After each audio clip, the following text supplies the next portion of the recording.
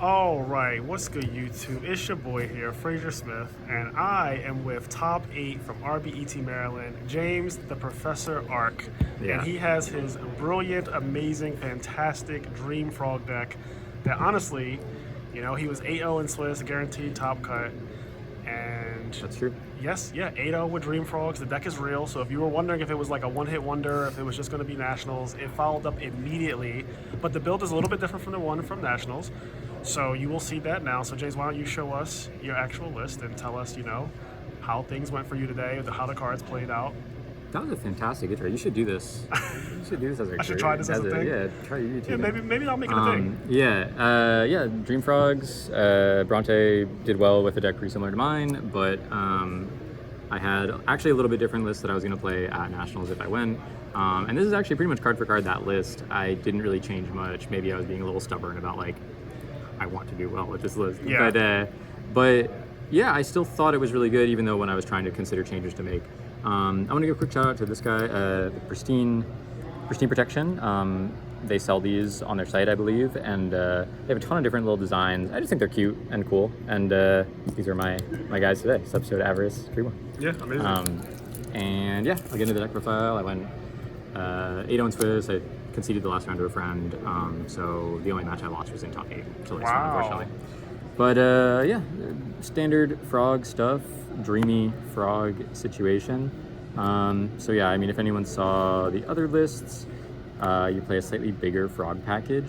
The 3 dupe is really good, even to hard draw against Blackwing, and just to recycle, you make multiple dupe blocks, and it's really hard for them to deal with that. Substitute is really just the key card of the deck, and it's not like a side piece. It's not a supporter like it is in the Hero Frog deck. Right. You really abuse it to its fullest.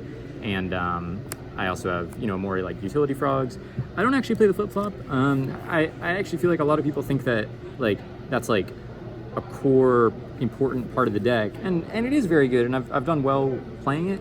But I think it's cuttable, and sometimes it's really not that good to draw early game when they have non-extra deck monsters that they're pressuring you with, Armageddon Knights, Gear Frames, Greffers, things like that. But this guy I love, just to run over shit. I synchroed with him a handful of times for sure. I also played a lot of matches on stream today between the FeelGoodGaming, which they also got to get a shout out. This is a great tournament, and Keegan from E3. So on the streams you can check it out. And yeah, Unifrog just does normal Unifrog. Yeah, one of the things about Death Frog that I like is when they have Greffer and Arm Wing on the field, and you just do your sub combo. In the middle of it, you just go attack over Greffer with Death Frog and continue. Exactly. Yeah, it's awesome. I almost I understand why other frog decks don't play it for sure, because it is a brick, but I almost feel like I wouldn't play a frog deck without it. It's so good. Yeah. And then I have the tribute payoffs, and so this kind of goes in that category as well in a sense. Bronte was on Double Junk, the list that won Nationals. I really like Lad, and I feel like Lad overperformed today. At least in game ones, even against decks that it's not supposed to be good at. I summoned 2 Lads against a Vayu guy, and he didn't have the thing. It was still very good.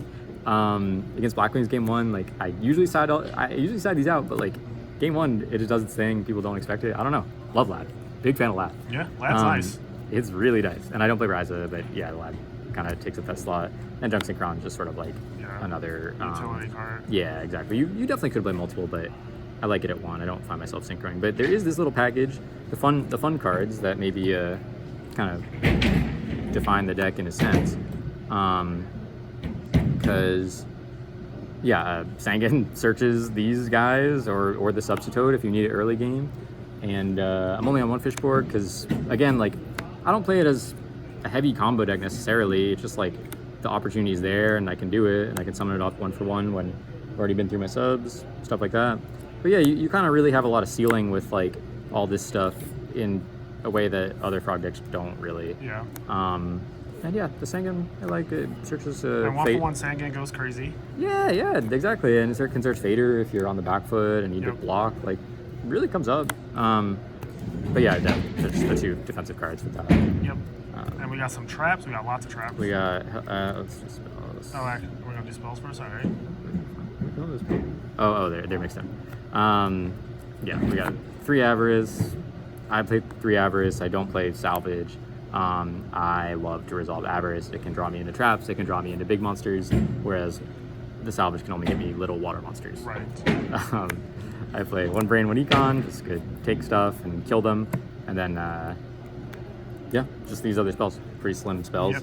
but when it works, it works. I don't know. The average recycling everything is really the key part of the deck. You just grind them out. Yeah, those are like your Miracle Fusions. They're bombs. Yes, they're amazing. Yeah. I mean, you draw. I had literally game 1, round 1. I resolved 3 in 1 turn, which I have never done before. Yeah, that's not okay. But I had a sub up obviously, and I top deck 1 for 1, went into it, and I went maybe the first average live, and drew it in second, and drew it in third. Yeah, I mean, Gotta that love can to see happen. it. He lost that game. Yes. You're like 9 cards turn 1. Yeah, it was not turn 1, but it was in a very good spot. And then I play 3 discard traps. I play 2 wind blast and 1 break. I feel like this could be its own video or something, so I'm not going to make it too long-winded. But basically, I really like wind blast. Obviously, when you're going first against nothing back a turn, and against decks like Amaryllis, against decks like Machina, it's like really, really, really good. And against Vayu also. Like I kind of built this deck in the first place to be good against Vayu. And I side the Ryuki breaks so I can swap them in matchups where, you know, Fraser has videos and has talked about the utility of these different cards. Break, yeah. But I also, one thing that I feel like, honestly, you have not mentioned in these videos is like, okay, I'm playing these cards like Fishborg or like even when I open the Treeborn. And so especially if I'm like going first and I want to set a discard trap, like it's way safer for me to set the Wind Blast and be able to use that on any monster, a goblin, zombie, whatever, and just because I want my thing to the graveyard. Yes. So just in terms of like getting my thing to the graveyard and still getting some utility out of it, I think like Wind Blast does that better in a sense. Yeah, it's more guaranteed. It only sucks if it's like obviously MST heavy. Yeah, there's a lot of stuff it sucks against. It's always gonna be nuanced. Yeah. I also play Compulse as like a 4th discard trap. It's kind of weird, but it's like when I Avarice, I just want to draw into defense, and like I can't always afford to be discarding that much, especially with Fishborg. So I draw Compulse and it outs a problem on board. It also can bounce my own Gaias or bounce my own Lad. Did you bounce your own Kai's at any point? I don't think I did this tournament. You also sided out a fair amount, but like I think. But you reached number 1 on ladder with this deck, so like exactly. Yeah. You've done it before. Yeah, I've done everything. Also, like sometimes you can go sub dupe, and then like if they try to out it, you just bounce back the sub. Yeah. And then these are pretty standard. And then like Bronte, I played the 1 draw trap. Yep. He played Jar. I played Legacy. And this is a 40 card deck, correct? Yeah. The mind game is non-existent. We're completely done with that. I'm done with that. Side deck, I do like the side plan. Against Vayu, I have these Kaikus, which are... This guy is ridiculous. He's now. strong. He dodges became deck like such a staple now. I actually don't think I have someone that wants today, I'm gonna be honest with you. I played like 1 or 2 Vayu. But yeah, he dodges deck dev, runs over Dyna, just with dupe block, like super good, kind of floods them. Instant value too. Yeah, really, really nice. No, a guy went like, it's actually kind of sad. He went Stratos, Search Ocean, Summon Swap in attack, bounce the Stratos. Oh. And I saw him like debating whether he was going to bounce the Stratos or the swap. And you were like, please God. Yeah, and I had the Kaiku down, I'm like, let's see. And I just Kaiku'd, vanished the Ocean and the Tree Ward. Yeah, that's so ruinous. I have 2 Crow, also for value, Dragon Turbo is pretty good, and general Crow stuff. I don't know, it's good in the mirror, I think, if they're playing Miracle. Double Vanity. I play 1 Consecrated, which you can summon off 1 for 1. Yep. And I do not think my deck has a good Blackwing matchup. Even though I played 3 Blackwings today, it would have been 4 with Cameron, and I beat all of them. And I don't think I ever summoned this, but like, set it up with a dupe block and just it stalls you out until you have enough time to get there. Yeah, it's so interesting because like obviously we know Deck Devastation Virus is a card. Yeah. And if they have it, you know, they have it, but the matchup is that hard. Yes, that, like, it's literally like the games that I'm winning, I find that I'm just doing like decks, like any deck can be Blackwing if they open enough like Dust Tornadoes and and defense you just turn and it stuff. into like a regular beatdown deck. And so I find like those were like the only games I was winning, and I was like, all right, well if that's the case, I'm just fucking playing. That's good, but I don't know, it's pretty good. I couldn't find anything else that worked better. I play a Soul Release, good in here, good Lice Warren, etc. I play Deep Prison, good against Dynas, like anything that's gonna just like summon and attack you a bunch. Can out Fiend. Play these 2 Hand Ripper guys. I used Water Art a couple times, did not, I think, use Mind Crush. You did play against Dragon Turbo, though. I did. I thought I was going to take out the Mind Crush. I didn't think I was going to play against it. I played 2 Reggae Break, just like I said. You know, I can put him in against Blackwing or against Lice Warren, actually. You know, pops the JD. Yeah, that's where you want to kill the card. Yeah, and just more discard traps. Like, sometimes I go up. Against GB, I like more discard traps too. Yeah. And double dust. I feel like weirdly dust is kind of weak, but you kind of need it, I think. Yeah. And then extra deck briefly. Yeah, I mean it's all very normal stuff. It's not even in order, but I do have like one little fun thing to talk about. But where is all my stuff? Double armory. I mean, you rarely make 2 in a game, but like you could. Like, yeah, I don't know. I don't think I've ever double armory colossal anyone with this. You need so many cards. Stardust, worm comes up a decent amount. I don't think it's something today. I honestly didn't summon that much stuff. You don't synchro as much as you might think. Like people think it's it's just one fishboard. Just, big synchro TK thing. Like, I don't know. I did Black Rose someone for a lot today. That was awesome. Double deepers on gear frame. These are Scoyo. I made that a couple times. Colossal's good. These are my last 2. These are kind of flex thoughts. You could play like Chimera Tech because sometimes you can summon like Armory, and if they have a Cyber Dragon, you Kai's it basically.